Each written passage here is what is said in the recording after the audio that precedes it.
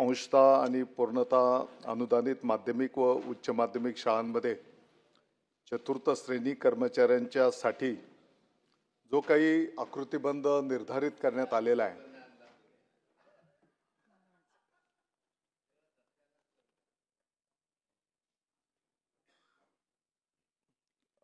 सभापती महोदय, या संदर्भामध्ये 11 डिसेंबर 2020, 13 मे 2025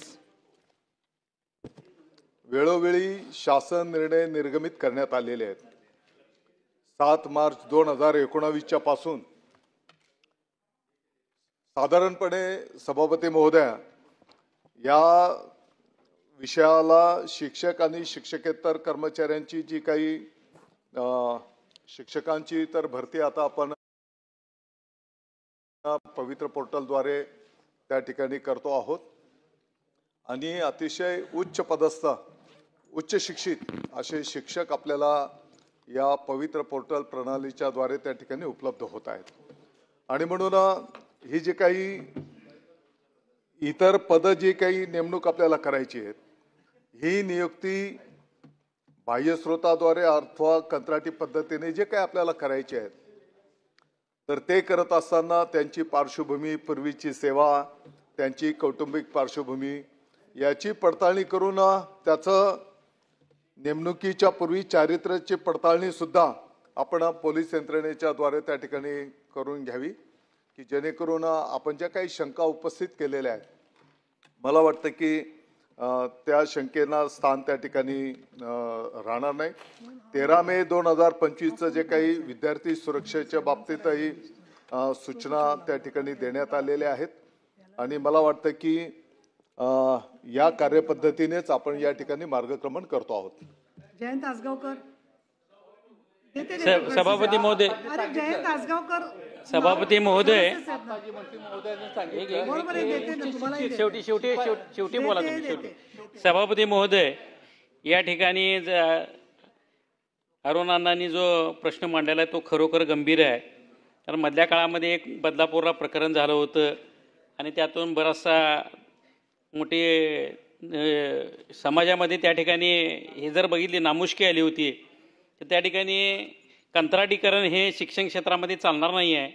तर या संदर्भात जर बघितलं तर कंत्राटीकरण ते थांबलं पाहिजे.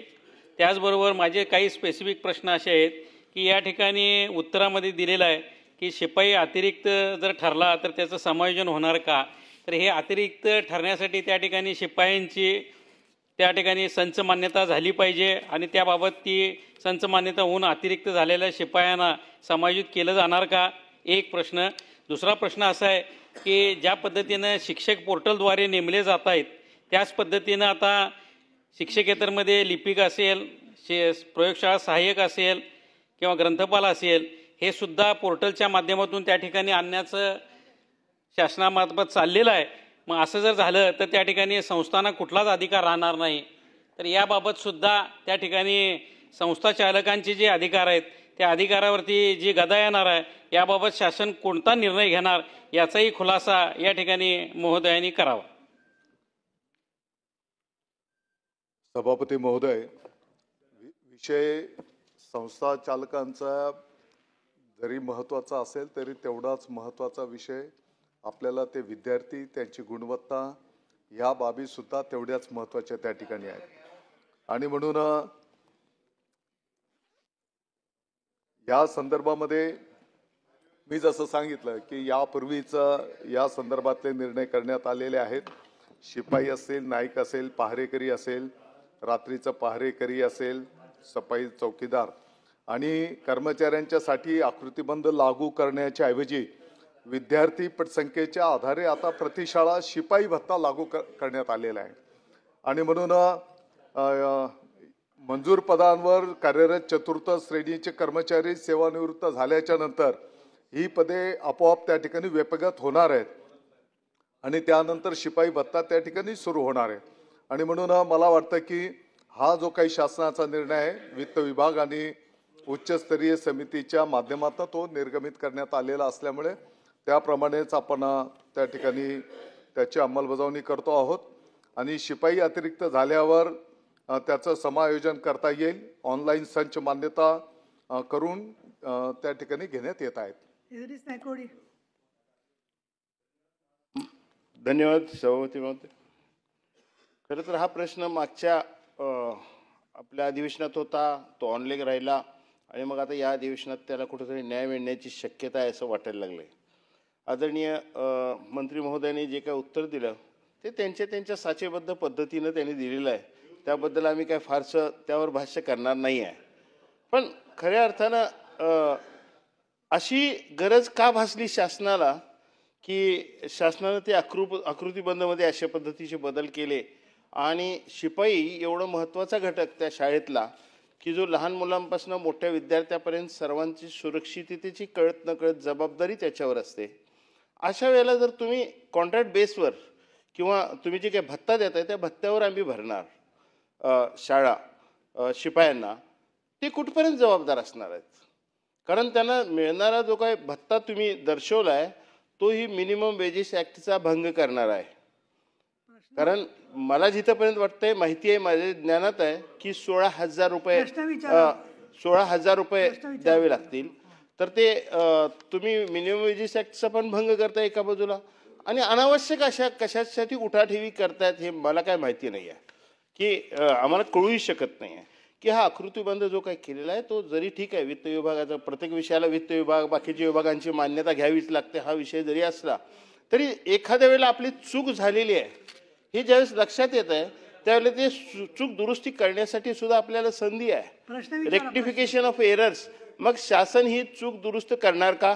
आणि दुसरी गोष्ट, बदलापूर सारख्या अनेक घटना आपल्या समोर आहेत, आपल्या अनुभवाला आलेल्या आहेत. अशा वेळेला अशा पद्धतीनं तोकड्या मानधनावर जे काही काम करणारे आहेत किंवा तोकड्या मोबदल्यावर जे काम करणार आहेत त्या शिपायांना किंवा त्या व्यक्तींना आपण कुठंपर्यंत जबाबदार धरू शकतो? आणि मग त्यानंतर मग काहीतरी आपण सारवासारवीचे विषय करत असतो. यापेक्षा मला असं वाटतंय की ह्याची गरज नव्हती ज्या पद्धतीनं हे बनवलेलं आहे. त्यामुळे हे तातडीनं हे दुरुस्त करून घ्यावं. दुरुस्त करायसाठी अजूनही आपल्याला स्पेस आहे आणि शेवटी जबाबदारी आहे विद्यार्थ्यांच्या सुरक्षिततेची. त्यासाठी म्हणून शासन निश्चितपणाने ह्या धोरणात बदल करणार किंवा नाही. सभापती महोदया, हा काही फक्त शालेय शिक्षण विभाग किंवा शिपाई या पदापुरता हा निर्णय झालेला नाही. राज्यातील सर्वच चतुर्थ श्रेणीची जी काही पदं आहेत ती या ठिकाणी व्यपगत होत आहेत आणि त्याच धर्तीवर सदरच्या शिपाई पदाचंही त्या ठिकाणी व्यपगत होत आहेत. आत्ताच्या घडीला अस्तित्वातली जी पदं आहेत ती म्हणजे त्यांचं सेवानिवृत्ती होईपर्यंत त्यांचा काही विषय नाही. ते पद त्याचं सेवानिवृत्त झाल्याच्या नंतर मग या पद्धतीने त्या ठिकाणी आपल्याला पद ते भरता येणार आहे कंत्राटी पद्धतीने. ठीक आहे, आता मी सगळ्यांना देणारी संधी. फक्त माझी एक विनंती आहे की सविस्तर वर्गाचा तास घेतल्यासारखं लांब लचक प्रश्न विचारू नका. स्पेसिफिक प्रश्न विचारा. याच्यानंतर एकनाथजी खडसे साहेब. हा तुम्हाला उद्देशून नाही आहे वाक्य. काय झालं? म्हणजे तुम्ही स्पेसिफिकच विचारता. नाही सभापती महोदय, माझा प्रश्न आहे मंत्री महोदयांना की असं सर्वत्र धोरण तुम्ही घेताय कंत्राटी पद्धतीनं. शैक्षणिक क्षेत्रामध्ये अशा स्वरूपाचे धोरण तुम्ही त्या ठिकाणी कंत्राटी पद्धतीने घेतलं. आता शिपाई रिटायर्ड झाल्यानंतर तो कंत्राटी पद्धतीने भरायचं तुमचं धोरण या ठिकाणी. मग आता कंत्राटी पद्धतीनं धोरणात एक सुरक्षितता काय? कोण माणसं असे राहणार आहेत? सोडून गेल्यानंतर परत कंत्राटी पद्धतीने आपण भरणार आहोत का? अशा स्वरूपाचे अनेक प्रश्न या माध्यमातून निर्माण होतात. माझा प्रश्न असा आहे या संदर्भामध्ये की एकतर संस्था चालकांच्या जवळजवळ सगळेच अधिकार तुम्ही काढून टाकलेले. वेतनेतर अनुदाने त्यांना देत नाही आहे. ज्या काही सवलती पूर्वी मिळत होत्या त्याही संस्था चालकांच्या त्या संस्थांना येत नाही. आता झाडू मारायला सुद्धा हेडमास्टरच लागतो आम्हाला. आता रंगरंगोटीला पैसे नाही आहे, दुरुस्तीला पैसे नाही आहे, स्वच्छतेसाठी पैसे नाही आहे. आणि मग एखाद्या ठिकाणी कायमचा जर असेल तर तो 24 तास कामापैकी 8 तासची ड्युटी रात्री करू शकेल, दिवसा करू शकेल, अशा स्वरूपाचं आहे. नाही, मी प्रबंध वाचत नाही पण डेव्हलप करतो. भूमिका तर मांडावीच लागणार आहे. शिक्षणाचा विषय तर माझा प्रश्न असा आहे की हे धोरण तुम्ही घेता आहात ते अत्यंत चुकीचं धोरण आहे. या संदर्भामध्ये हे तुमचं एक तर पहिल्यांदा हे तुमचे जे संच मान्यता वगैरे हा काय प्रकार असतो त्याच्यामधला एक आकृतीबंध संच मान्यता ते आकृतीबंध, हा आकृतीबंधच तुम्ही रद्द केला पाहिजे हा माझा दुसरा प्रश्न आहे. आणि यापुढे कायमस्वरूपीच भरती झाली पाहिजे या संदर्भात शासन निर्णय घेणार आहे का? सभापती महोदय, या राज्यातील सर्व खाजगी अनुदानित, अंशतः अनुदानित माध्यमिक, उच्च माध्यमिक शाळांमधील चतुर्थ श्रेणीच्या कर्मचाऱ्यांच्या आकृतीबंधाच्या संदर्भामध्ये 2013 पासूनचा घटनाक्रम आहे. 23 ऑक्टोबर 2013च्या शासन निर्णयान्वये शिक्षकेतर पदांचा आकृतीबंध सुधारित करण्यात आला. 12/2/2015ला या संदर्भामध्ये काही आपल्या शिक्षक संघटनांनी आक्षेप घेतला. 31 जुलै 2015ला त्या संदर्भामध्ये एक समिती स्थापन झाली होती. त्या समितीने आपला अहवाल सादर केला. आयुक्त समिती व इतर समितींचे पण शिफारशी आल्या. 13/11/2018ला शिक्षकेतर पदाच्या संदर्भामध्ये बैठक घेण्यात आली. 28 जानेवारी 2019ला, म्हणजे मला सांगायचं तात्पर्य असं आहे की 2013च्या पासून या संदर्भातलं मार्गक्रमण त्या ठिकाणी करण्यात आलेलं आहे. नंतर कामगार व विधी न्याय विभागाच्या संदर्भामध्ये पण बैठक संपन्न झाली. शिक्षक आमदार महोदयांच्या सोबत बैठक संपन्न झाली. 2020 मध्ये उपमुख्यमंत्री महोदयांच्याकडे बैठक संपन्न झाली. 11/12/2020ला मग चतुर्थ श्रेणी कर्मचाऱ्यांचा आकृतीबंध निश्चितीचा शासन निर्णय त्या ठिकाणी करण्यात आलेला आहे. आणि म्हणून ही सर्व प्रक्रिया संपन्न होऊन हा निर्णय त्या ठिकाणी झालेला आहे. आदरणीय खडसे साहेबांनी ज्या काही भावना व्यक्त केलेल्या आहेत, खडसे साहेब म्हणजे अनेक संस्था चालक, त्यांनी ज्ञानदानाचं पवित्र कार्य संपन्न केलेलं आहे. त्या संस्थेच्या माध्यमातून अनेक भारताच्या वेगवेगळ्या क्षेत्रामध्ये अतिशय प्रतिनिधित्व करणारे अनेक लोक पण त्या संस्थेच्या मधनं शाळेमधनं शिकून पुढे गेलेले आहेत, वस्तुस्थिती आहे. परंतु अनेक महाभाग संस्था चालक कसे आहेत त्याची माझ्यापेक्षा तुम्हालाही जास्तीची माहिती आहे. नाही, पुढे बोला. मी चांगलं बोललो ना. आणि म्हणून चतुर्थ श्रेणीच्या संदर्भामध्ये हा राज्यव्यापी निर्णय त्या ठिकाणी करण्यात आलेला आहे. ज्ञानेश्वर म्हात्रे, आता हे पहा, माझे प्रश्न नावं सगळ्यांचे लिहून घेतले देणार आहे. फक्त मला काय वाटतंय, सारखं त्या स्टेशनवर गाडी उभी आहे का काय? म्हणजे तोच प्रश्न तेच उत्तर असं बरोबर. पण थांबा ना, तुम्हाला परवानगी दिली नाहीये ज्ञानेश्वर म्हात्रे.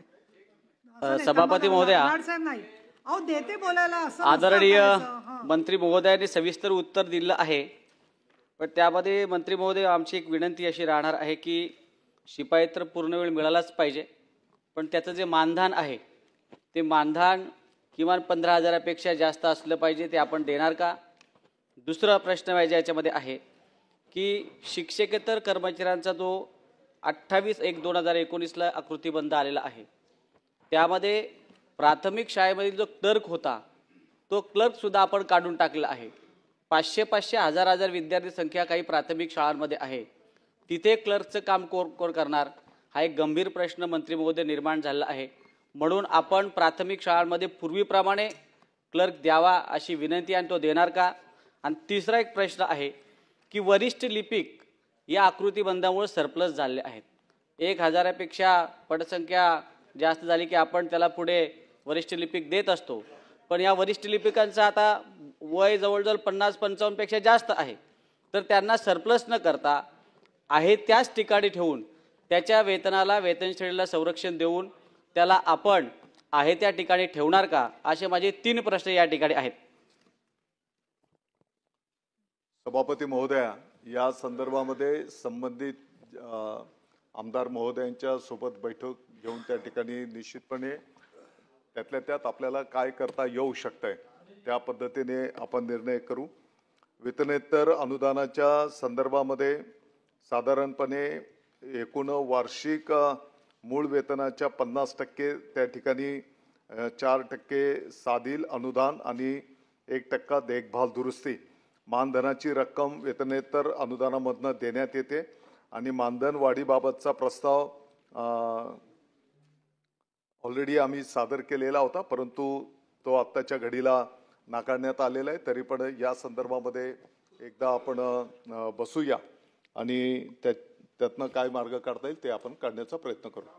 सन्माननीय अभिजित अंधारी मगापासून हात वर करताय सगळे. सभापती महोदय, अरुण काकलाड यांची जी लक्षवेधी आहे त्याची जी व्याप्ती आहे ही केवळ शासकीय किंवा बगर शासकीय अनुदानित शाळांपुरती नाही आहे. ही आपल्या ज्या काही स्थानिक स्वराज्य संस्थांच्या माध्यमातून जिल्हा परिषदच्या शाळा, नगर परिषदांच्या शाळा, महानगरपालिकांच्या शाळा मोठ्या प्रमाणामध्ये आपल्या राज्यामध्ये आहे, त्यांच्या संदर्भामध्ये सुद्धा आहे. आणि ही जी लक्षवेधी आहे ही केवळ फक्त नॉन टीचिंग स्टाफच्या संदर्भामध्ये आहे. क्लर्कचं पद असेल किंवा सहाय्यक प्रयोगशाळेचं पद असेल किंवा शिपायाचं पद असेल. पहिला प्रश्न हा आहे की आपण हे पदसुद्धा पवित्र पोर्टलच्या माध्यमातून भरण्याची खरंच गरज आहे का, हा एक महत्त्वाचा प्रश्न आहे. दुसरी गोष्ट म्हणजे की राज्याच्या संपूर्ण याच्यामध्ये प्रवासामध्ये 98पर्यंत अनुदानित जितकी व्यवस्था आहे आपल्या शालेय शिक्षण विभागामध्ये जवळजवळ ती पूर्ण फ्लरिश झाली.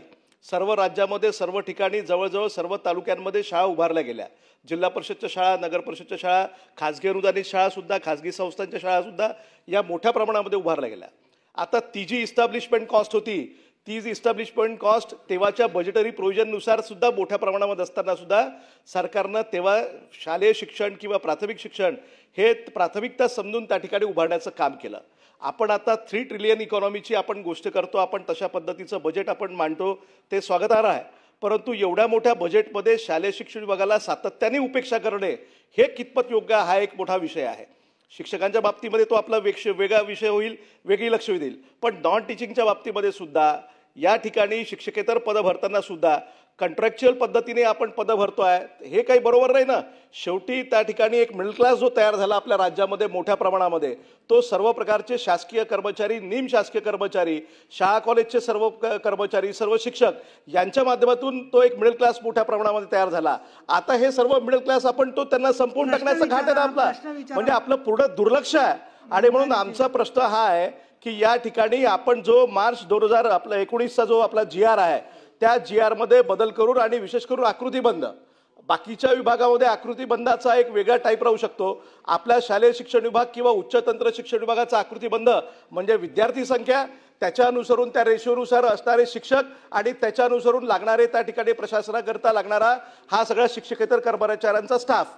म्हणून या ठिकाणी ती पटसंख्या किंवा संच मान्यता ज्याला आपण शालेय शिक्षण विभागामध्ये म्हणतो याचे निकष दुरुस्त करण्याची आवश्यकता आहे. कारण दूर दराज भागांमध्ये, गडचिरोली असेल, छोट्या मोठ्या गावांमध्ये असेल, त्या ठिकाणी या शाळा आहेत, तिथे क्लर्क राहणार नाही, चपराशी राहणार नाही, तर त्या शाळेचं प्रशासन कशा पद्धतीनं चालेल हा मोठा प्रश्न आहे.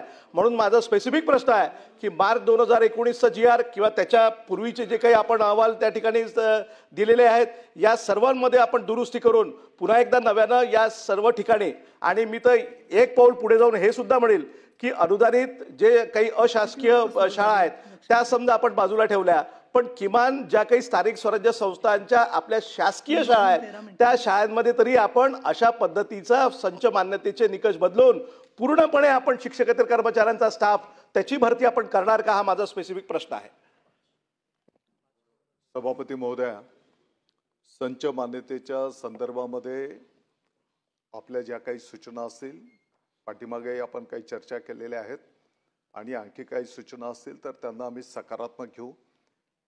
शेवटी विद्यार्थ्यांना शिक्षणाचा अधिकार हा घटनेने, कायद्यानेच त्यांना दिलेला आहे आणि म्हणून कुठलीही शाळा बंद होणार नाही. विद्यार्थ्यांना गुणवत्तापूर्ण आनंददायी शिक्षण मिळालं पाहिजे, क्वालिटी एज्युकेशन मिळालं पाहिजे, या दृष्टिकोनातून आपली सर्वांची जबाबदारी आहे. सभापती महोदया, आपल्या माहिती सन्माननीय आमदार महोदयांच्या माध्यमातून सभागृहाला मला अतिशय नम्रतेने सांगायचं आहे की यापूर्वीच्या काळामध्ये ज्या ज्या ठिकाणावरनं शिक्षकांची मागणी करण्यात आलेली आहे, मागच्या टप्प्यामध्ये साधारणतः 9,000 शिक्षकांची भरती पवित्र पोर्टलद्वारे करण्यात आलेली आहे. आत्ताच्या घडीला 10,000 शिक्षक बांधवांची भरतीची प्रक्रिया आता प्रगतीपथावर आहे. अतिशय उच्च शिक्षित शिक्षक बांधव या माध्यमातून आपल्याला उपलब्ध होत आहेत. आणि म्हणून एकंदरीत काय तर गुणवत्तापूर्ण शिक्षण सर्व विद्यार्थ्यांना त्या ठिकाणी मिळालं पाहिजे. आणि त्याच्यासोबतच आपण जे काही मुद्दे उपस्थित केले आहेत, विद्यार्थ्यांची सुरक्षितता हा सुद्धा तेवढाच महत्त्वाचा मुद्दा आहे. या संदर्भामध्ये माननीय उच्च न्यायालयाचे पण काही निर्देश या संदर्भातले आहेत. आणि म्हणून हे सर्व पालन करत आपल्याला पुढे मार्गक्रमण करायचं आहे. सन्माननीय राजेश राठोड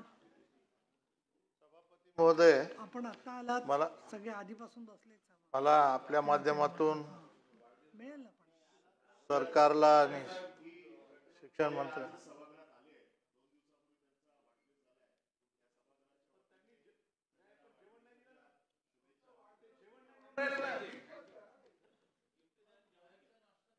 सभापती महोदय, बोला. मला फक्त दोन ते तीन मुद्दे या ठिकाणी मांडायचे आहेत. फोकस प्रश्न विचार. सर्वप्रथम जवळपास चतुर्थ श्रेणीमध्ये 11 ते 12 पदं आहेत, ज्याच्यामध्ये पहारेकरी आहे, रात्रीचा पहारेकरी, शिपाई, नाईक, सफाई कामगार आणि या तत्सम आणि कामाठी काय करतो? कामाठीमध्ये तो काम करणारा तेलवाला शाळेत नेमलेला असतो. हे जुन्या काळातले पद आहेत मॅडम. तर आज हे सगळे पद पूर्ववत वेतन श्रेणीच्या माध्यमातून चालवण्याबाबतीत जो निर्णय आपण बदलत आहात, त्यामुळे सध्याच्या 52,000 कर्मचाऱ्यांना जरी आपण सेवानिवृत्तीपर्यंत संरक्षण देत असलो तरी येणाऱ्या लाखो कर्मचाऱ्यांना जी संधी रोजगाराची या ठिकाणी मिळणार आहे. सविस्तर नका वर्णन करू, सगळ्यांना माझी विनंती आहे. माझे स्पेसिफिक 3 प्रश्न आहेत की मराठी भाषा आणि मराठी माध्यमाच्या शाळा या संरक्षित करण्यासाठी राज्य सरकार पूर्ववत वेतन श्रेणीच्या माध्यमातून ही पद भरणार का? सदस्य बोलले तर मंत्र्यांनी प्रश्न कधी ऐकायचा? शांताराम. शिक्षण मंत्री महोदय, माझे स्पेसिफिक प्रश्न असे आहेत की मराठी भाषाचं संरक्षण करण्यासाठी या ज्या मराठी शाळा या ठिकाणी महाराष्ट्रात आहेत, त्या शाळातील चतुर्थ श्रेणी कर्मचाऱ्यांना वेतन श्रेणीद्वारे पद भरणार का? दुसरं, यामुळे जो रोजगाराचा प्रश्न निर्माण होणार आहे, आता 52,000 आहेत, पुढे 1 लाखाच्या वर जातील, तर भविष्यातील लाखो लोकांचा रोजगार आपण या माध्यमातून हिरावून घेत आहोत, तर तो आपण कायम ठेवून त्या रोजगाराची संधी निर्माण करणार का? आणि तिसरं म्हणजे शिक्षण मंत्र्यांनी ज्या शैक्षणिक संस्थांमुळे आज महाराष्ट्रात शिक्षणाची परंपरा आहे अशा थोर कार्य करणाऱ्या खाजगी संस्था आणि संस्था चालकाविषयी महाभाग हा शब्द वापरला, तो कामकाजातून वगळणार का?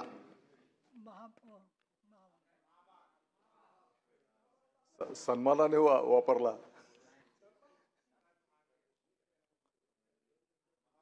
सभापती महोदया,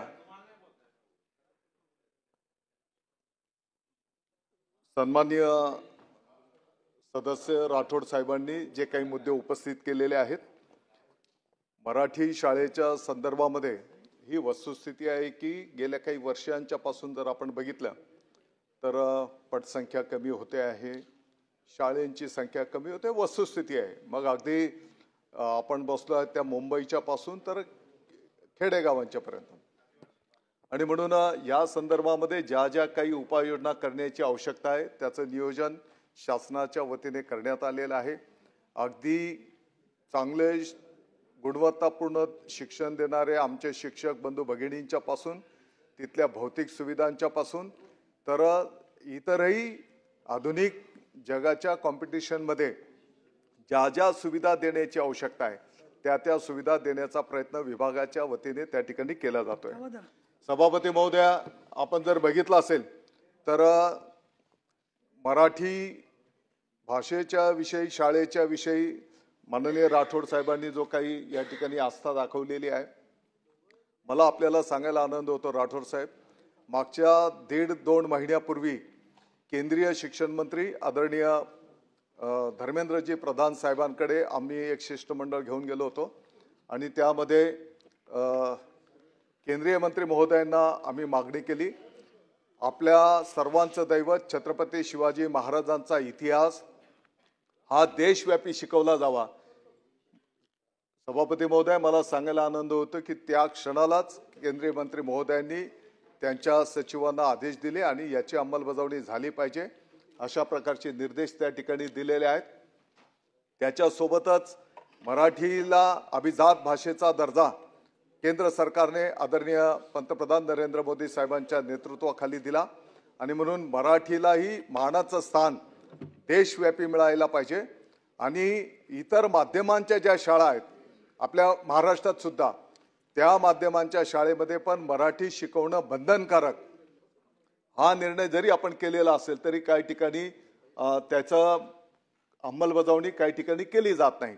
आणि म्हणून ही पण वस्तुस्थिती त्यांच्या समोर ठेवल्याच्या नंतर मला आपल्याला सांगायला आनंद होतो की मागच्याच 3 आठवड्यापूर्वी CBSEला सुद्धा त्या राज्यांची मातृभाषा राज्यभाषा शिकवणं बंधनकारक अशा प्रकारचे निर्देश केंद्र शासनाने त्या ठिकाणी दिलेले आहेत.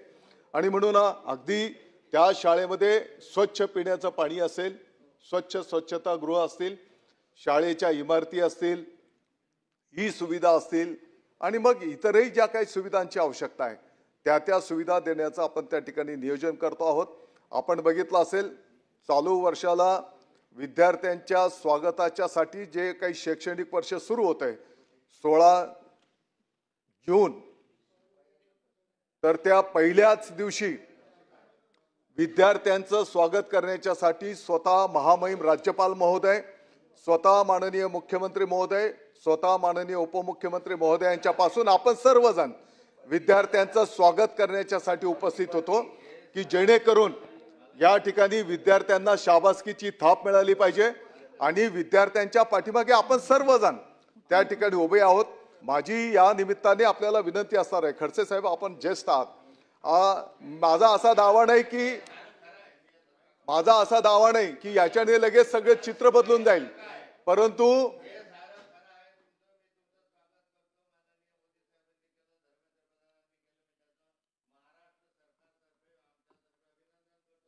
शहरात पण आमचा मूळ प्रश्न आहे त्या शिपायाचा काय झालं. ते 52,000 राज्य शिपाई होणार आहेत बेकार, त्यांचं काय. आम्ही जो प्रश्न विचारतो तो सोडून तुम्ही हे प्रबंध कशाला वाचत बसा? आम्हाला PhD करायची नाही याच्यावर. परत एखादी गोष्ट वारंवार अगदी म्हणजे शब्द छल करणं, आता शिपाई बेकार होणार आहेत. मी अतिशय नम्रतेने आपल्याला सांगितलं, संपूर्ण राज्यव्यापी जो काही निर्णय 4थी श्रेणीकरता करण्यात आलेला आहे तो काही फक्त शालेय शिक्षण विभागाच्या शिपायांच्या पुरता नाही. जे आज अस्तित्वातले शिपाई आहेत ते पूर्ण सेवानिवृत्त होईपर्यंत त्यांची सेवा त्या ठिकाणी कार्यरत राहील. जर कुठे अतिरिक्त झाला तर त्याचं समायोजन त्या ठिकाणी केलं जाईल आणि तो सेवानिवृत्त झाल्याच्या नंतर त्या ठिकाणी कंत्राटी पद्धतीने त्या ठिकाणी शिपाई घेतला जाईल. नाही काळे मी परवानगी दिलेली नाही. अभ्यंकर सभापती महोदया, ह्या लक्षवेधीचा विषय एक आणि चर्चा फार वेगळ्या पद्धतीने सुरू आहे. आता खडसे साहेबांनी सांगितलं त्याप्रमाणे माध्यमिक आणि उच्च माध्यमिक शाळांमध्ये जी शिपायाची पदं आहेत, जी 28 जानेवारी 2019च्या अत्यंत चुकीच्या निर्णयामुळे हे पदं रद्द झालीत, पूर्णपणे रद्द झालीत. आणि ही रद्द होण्याच्या आधीची जी परिस्थिती होती ती आपण समजून घेण्याची गरज आहे. मला 1 मिनिटाचा वेळ आपण कृपया द्यावा मॅडम. एकतर हे रद्द जे झालं आहे त्याच्या मागची पार्श्वभूमी जी आहे ती अशी आहे की आतापर्यंत SS कोडमध्ये माध्यमिक शाळा संहितेमध्ये जी पदं नमूद केल्या गेली होती त्याप्रमाणे शिपायाची पदं मिळत गेली. त्यानंतर 1994ला जो निर्णय झाला त्यामध्ये किती शाळेमध्ये किती वर्ग असो पण त्या ठिकाणी 5 शिपाई दिल्या जावेत अशा प्रकारचा 94चा GR आहे. त्याच्यानंतर याच्यामध्ये बदल झाला आणि 25 नोव्हेंबर 2005 यामध्ये बदल होऊन त्या ठिकाणी प्रत्येक शाळेला कितीही वर्ग असोत 2 शिपायाची पदं मंजूर झाली. म्हणजे आतापर्यंत 28 जानेवारी 2019 पर्यंत शिपायाच्या पदाला अजिबात धक्का लावला गेलेला नव्हता, कारण याची अनिवार्यता शाळेमध्ये फार मोठ्या प्रमाणात आहे. मी उदाहरण सांगतोय आपल्याला. वेळापत्रकाचा माझा प्रश्न विचार आहे. 3:13 मिनिटांनी लक्षवेधी सुरू झाली, 30 मिनिटं झाली आणि तरी मग बैठक घ्यायला पण तयार आहे. ही पार्श्वभूमी आलेली नाही. नाही पण पार्श्वभूमी हा किती अनिवार्य आहे. चला ना.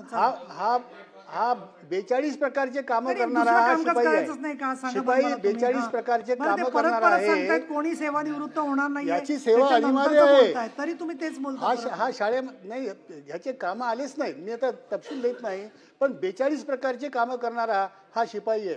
आणि मुख्य म्हणजे लहान मुली लहान मुलं याचं संरक्षण करणं, उपस्थिती वाढवणं, आपण सांगता त्याप्रमाणे पटसंख्या निर्माण करणं, या सगळ्या याच्यामध्ये बँकेचं काम आहे, पोस्टाचं काम आहे, सगळे जे कॉन्फिडेन्शियल कामं आहेत, परीक्षेचे काम आहेत, हे सगळं हा शिपाई करतो. अभ्यंकर साहेब प्लीज प्रश्न विचारा. म्हणून माझं पण म्हणणं असं आहे इतकं सविस्तर नाही नसतं. लक्षवेधी 20 म्हणते नियमित वेतन श्रेणीमध्ये या शिपायाचे पद रिस्टोर होतील का? एकच प्रश्न आहे माझा, की नियमित वेतन श्रेणीमध्ये या शिपायाचे पद ज्याच्या सेवा अनिवार्य आहेत शाळेला, त्याचं पद हे नियमित वेतन श्रेणीमध्ये नियुक्त केला जाईल का? किंवा 28/1/2019चा GR हा आपण सुधारित करणार आहात काय? हे पहा भुसे साहेब, तुम्ही जी उत्तर दिली आहेत ना ती परत रिपीट नका करू, कारण ती शिक्षक हुशार आहेत, त्याच्यामुळे त्यांना सगळ्यांना कळलेली आहे. त्यामुळे परत तेच सभापती महोदय, मला या गोष्टीची स्पष्टपणे जाणीव आहे की सभागृहाला माझ्यापेक्षा जास्तीचा अनुभव आहे. तरी पण मी आपल्याला या विषयाच्या संदर्भामध्ये 2005 पासूनचा प्रवास आपल्या समोर मांडलेला आहे आणि वेळोवेळी जे काही निर्णय झालेत हा काही फक्त शालेय शिक्षण विभागाच्या शिपाई पदाच्या पुरता मर्यादित हा विषय नाही. आणि म्हणून शालेय शिक्षण विभागातले त्यासाठीची जी काही तरतूद करण्यात आलेली आहे त्या तरतुदीच्या माध्यमातून आपण त्या ठिकाणी मार्गक्रमण करतो. अगदी कंत्राटी पद्धतीवरचा त्याच्यावर विश्वास नाही आणि परमनंट आहे त्याच्यावरच विश्वास, असं कसं काय होऊ शकतंय? आणि म्हणून जे जे कोण तिकडे जबाबदारी त्या ठिकाणी देण्यात आलेली आहे ते पण जबाबदारीनेच आपली जे काही ड्युटी असते ती पार पाडत असतात. हे पहा 8 जणांनी प्रश्न विचारून झालेले आहेत. त्याच्यानंतर अजून विक्रम काळे, निरंजन डावखरे, ऐका लिंगाडे, सरनाईक, त्याच्यानंतर इद्रिस नायकवडी, खाली बसा. तुम्ही तालिका सभापती आहात, त्यांनी तर अजिबात असं वागायचं नसतं, खाली बसा. त्याच्यानंतर अडबाले, 8 जणांना बोलायचंय. परत नायकवडींना एकदा बोलायचंय. परत तुम्हाला जमलं तर एकदा बोलायचंय, काय हरकत नाही. मग बैठक घेऊन आपण ते चर्चा करू ना. दुसरं त्यांनी वारंवार तुम्हाला सांगितलं. आणि हे पहा काय माहितीये, लोकांच्या, किशोरजी तुमचं नाव राहिलं, तुम्हालाही बोलायचंय, तळमळीने बोलायचंय सगळ्यांना. एक मिनिटं, आता असं आहे की 30-35 मिनिटं झाल्यावर दादा आपल्याला काय बोलायचंय?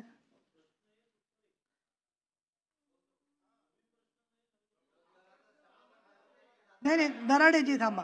नाही महत्वाचा प्रश्न आहे. नाही मी तुम्हाला सभागृहाला सगळ्यांना एवढंच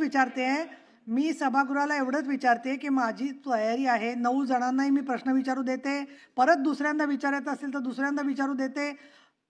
परंतु दुसरं मग कामकाज झालं तर चालणार असेल तर आता सरकारचं पण आहे विधेयक. दादा एवढा छोटा हात वर करून कसं जाणार? नीट सांगा काय बोलायचं असेल तर. समाधानकारक देते दराडे बोलायला, असं कुठे समाधानकारक उत्तर मिळणं हे प्रत्येक वेळेला शक्य नाही. समजा तुम्ही मुद्दा उपस्थित केलात की बा सर्व विधान परिषद आमदारांना 50 कोटी विकास निधी मिळाला पाहिजे, इथून उत्तर येईल नाही, मिळालं पाहिजे नाही, म्हणजे तेच चालू राहणार. तसं ते वारंवार सांगतायत. त्यांनी प्रश्न विचारला, अडचण नाहीये. त्यांनी सांगितलं की धोरण ठरलं. तुम्ही बसून बोलू नका प्लीज, ऐकून घ्या. नाही किशोर दराडे, चला एक देते. विक्रम काळे, तुम्हाला देणार आहे. ज्या 4-5 लोकांची नावं घेतली पण असं उभं राहिलं तर अजिबात देणार नाही. सभापती महोदय धन्यवाद. मी अतिशय महत्वाचा प्रश्न आहे. यात 11/12/2020 मध्ये असं म्हटलंय, शिपाई, नाईक, पहारेकरी, रात्रीचे पहारेकरी, सफाई कामगार, हमाल, चौकीदार हे पदं जरी कॉन्ट्रॅक्ट बेसवर असेल तर ठीक आहे, पण शिपाई पद हे कॉन्ट्रॅक्ट बेसवर नसावं. अतिशय महत्त्वाचं पद आहे आणि सगळ्या काही जबाबदाऱ्या ह्या शिपायावरच असतात. ज्या शाळेत शिपाई नाही त्या शाळेची दुरावस्था फार बेकार आहे. आणि अवघं मानधन आपण 5,000 रुपये देतो. 160 रुपये रोजानी माणूस कुठं मिळतो का? एवढ्या मानधनावर कोणी त्या शाळेत काम करायला तयार होत नाही. आणि बऱ्याचशा घटना घडतात याच्यामुळे. शिपाई नसल्यामुळे त्या क्लासवर नियंत्रण राहत नाही. मध्यंतर आपण बघितलं बदलापूर सारख्या ठिकाणी अशी घटना झाली. जर याच्यावर शिपाईंचं कोणाचं नाही, काही कॉन्ट्रॅक्टी होत्या मंत्री महोदय, कॉन्ट्रॅक्टी होते तिथं, काही ठिकाणी परमानंट नव्हते. आणि 5,000 रुपये आपण मानधन देतो. त्यांच्या आयुष्यभर त्यांनी काम करायचं आणि त्यांना जर मनाचं समाधान वाटत. आमचं म्हणणं हेच आहे का निदान तुम्ही ही भरती चालू नसेल करणार तर योग्य मानधन तरी त्यांना दिला पाहिजे. 5,000 रुपयात काय होत नाही. आणि काही दिवसापासून अजून त्यांना ते 5,000 रुपये मानधन सुद्धा मिळालं नाही. म्हणून माझा प्रश्न मंत्री महोदयांना आहे, आपण थकीत मानधन हे कधी देणार आहात? 5,000 रुपये मानधन सुद्धा काही शाळांना मिळालं नाही दादासाहेब अजून. आणि पेंडिंग बिलं खूप आहे. आणि 5,000 रुपये जर तुम्ही देणार असाल आणि ते 1-2 वर्षांनी जर देणार असाल तर त्याचा घरचा परपंच कसं चालणार आहे? म्हणून माझी आपल्याला विनंती आहे, हे पद तुम्ही बाकीचे पदांना जर दिरांगी करत असाल पण शिपाई पद अतिशय महत्त्वाचं पद आहे. म्हणून आपल्या कायद्यात दुरुस्त करून लागल्यास तर कोणती प्रोसेस करायची ती करा, पण शिपाई पद मंजूर करा, ही माझी विनंती आहे. नको मग, अजिबात नको. सभापती महोदया, मी यापूर्वी सांगितलेलं आहे. आता मी तेच विचारलं विरोधी पक्षनेते. नाही, मी काय करणं अपेक्षित आहे नराडे साहेब. हा? अरे मग यांना बोलायचं सगळ्या तुमच्या सहकार्यांना, सगळ्यांचे हात वर आहेत. नाही, दादा भुसे बोला. सभापती महोदय, मी यापूर्वी सांगितलेलं आहे आणि परत एकदा दराडे साहेबांना मी सांगू इच्छितो की या संदर्भामध्ये संबंधित लोकप्रतिनिधी महोदय एकदा आपण बसूया, या विषयावर चर्चा करू. आताच्या घडीला शाळांना विद्यार्थी संख्येनुसार मानधन तत्वावर नियुक्ती करता येणार आहे आणि म्हणून मानधनाची रक्कम वेतनेतर अनुदानातून शासनाकडून अदा करण्यात येणार आहे. आणि म्हणून त्या रकमेतनं आपण जो कंत्राटी पद्धतीवर जो काही शिपाई आपण लावतो त्याला त्याची प्रतिपूर्ती आपल्याला करायची आहे. अनुदान जर कुठलं राहिलेलं असेल तर ते लवकरात लवकर देण्याचं नियोजन करू ना आपण.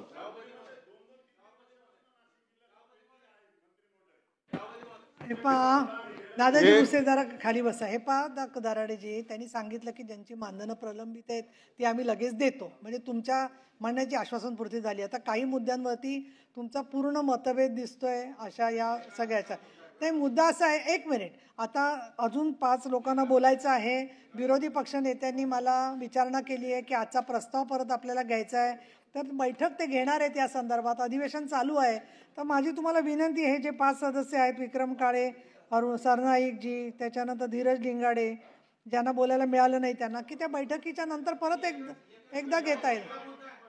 हां, या मुद्द्यापुरती बैठक घ्यायची त्यांची तयारी आहे. त्याच्यामध्ये ते वेगळे मुद्दे घेऊ नका. मग आता निरंजन डावखरे बोला. निरंजन डावखरे बोला. सभापती महोदय, माझा एकच स्पेसिफिक प्रश्न आहे की आपले जे नॉन टीचिंग स्टाफ नसल्या कारणाने शाळेच्या स्वच्छतागृहामध्ये प्रचंड त्रास होतोय आणि ताण निर्माण होतोय. त्याच्यामध्ये शिक्षकही तिकडेच, विद्यार्थी तिकडेच, अशी परिस्थिती काही संस्थांमध्ये निर्माण झाली. तर या स्वच्छतागृहांसाठी जे मेंटेनन्स करायचंय ते आपण ग्रामपंचायतीला या संदर्भातले निर्देश देणार का? सभापती महोदया, ही वस्तुस्थिती आहे की काही शाळांमध्ये स्वच्छतागृहांची ज्या पद्धतीने आपल्याला अपेक्षित आहे त्या पद्धतीची सुविधा नाही आणि म्हणून प्रत्येक शाळेमध्ये स्वच्छतागृह असलं पाहिजे. जसं मी यापूर्वी सांगितलं, स्वच्छ पिण्याचं पाणी उपलब्ध असलं पाहिजे आणि त्या दृष्टिकोनातून प्रत्येक शाळेमध्ये ही व्यवस्था करणं आता बंधनकारक केलेलं आहे. विद्यार्थ्यांच्यासाठी स्वतंत्र, विद्यार्थिनींच्यासाठी स्वतंत्र स्वच्छतागृह त्या ठिकाणी असले पाहिजे.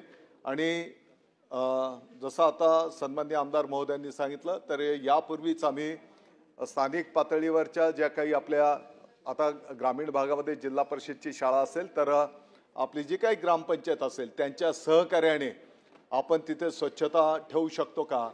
जिथे नगरपालिका, महानगरपालिकेच्या शाळा आहेत तिथे त्या स्थानिक स्वराज्य संस्थेच्या माध्यमातून तिथली स्वच्छता ठेवता येईल का, याचे आम्ही नियोजन करायला घेतो आहोत.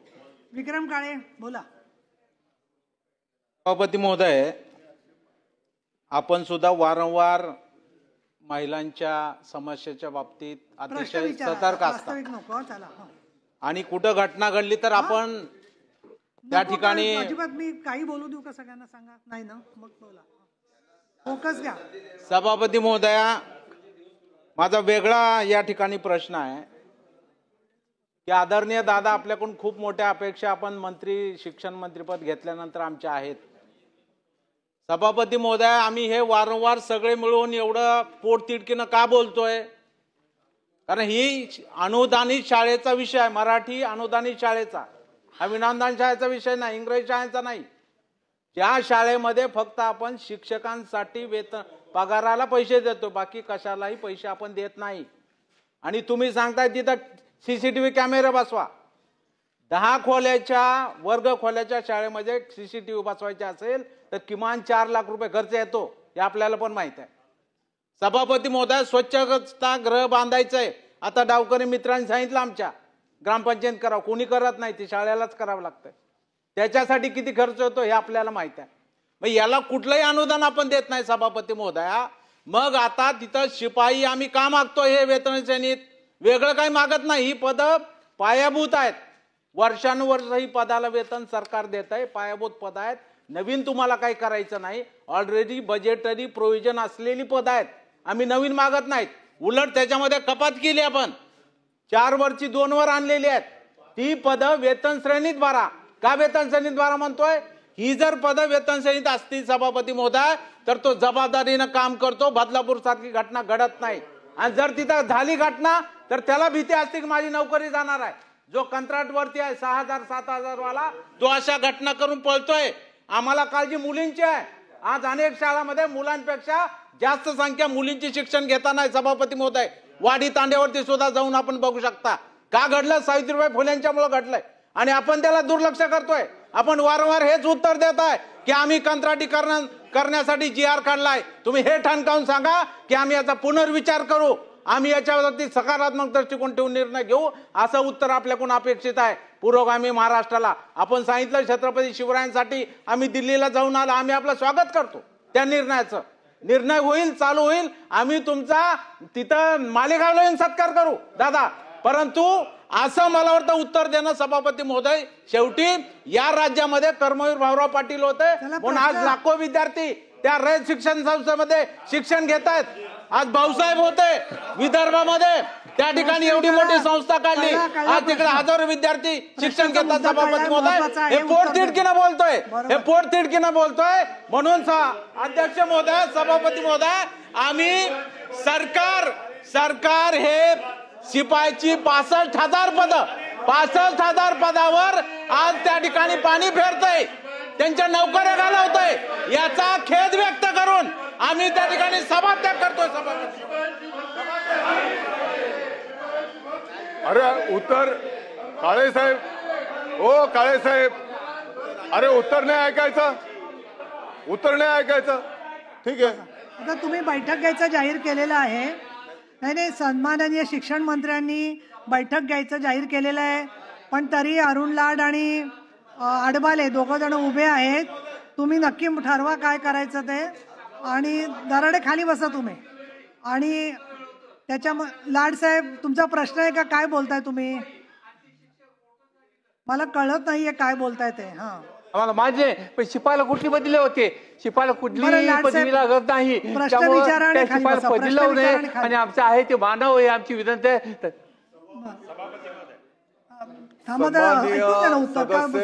काळे साहेब, या ठिकाणी अतिशय पोटतिडकीने आणि पाटील साहेब, आपल्याला आनंद झाला की विद्यार्थ्यांची पण काळजी त्यांनी व्यक्त केलेली आहे. काळे साहेबांनी, माननीय विक्रमजी काळे साहेबांनी.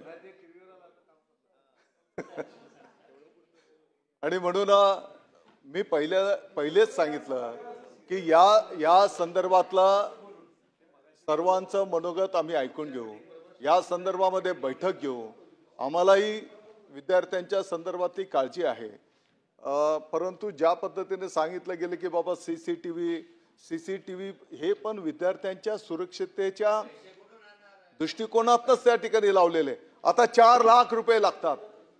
सभापती महोदया, 4 वर्गांच्या खोलीला लाख रुपयाच्या आत सीसीटीव्ही संपूर्ण यंत्रणेसह त्या ठिकाणी लागतो. मग ते विद्यार्थ्यांची सुरक्षितता महत्वाची आहे ना, आणि म्हणून त्या दृष्टिकोनात शासनाने हे निर्णय केलेले आहेत. तरी पण मी बोललेलो आहे की या संदर्भात बैठक घेऊ, सर्वांगीण चर्चा करू. आणि चांगली गोष्ट आहे, पवित्र पोर्टलद्वारे पण काही आपल्याला करता येते का ते बघू ना आपण. मला असं वाटतं याच्यावरती बरीच सांगोपांग चर्चा झालेली आहे. आता लास्ट नको, सभात्याग झालाय, बाकीचं नाही, तुम्ही सर्व विषय संमिश्र करून टाकलेले आहेत. नाही, खूप झालेले. आता मी विशेष उल्लेख जाहीर करते, निरंजन डावखरे. धन्यवाद.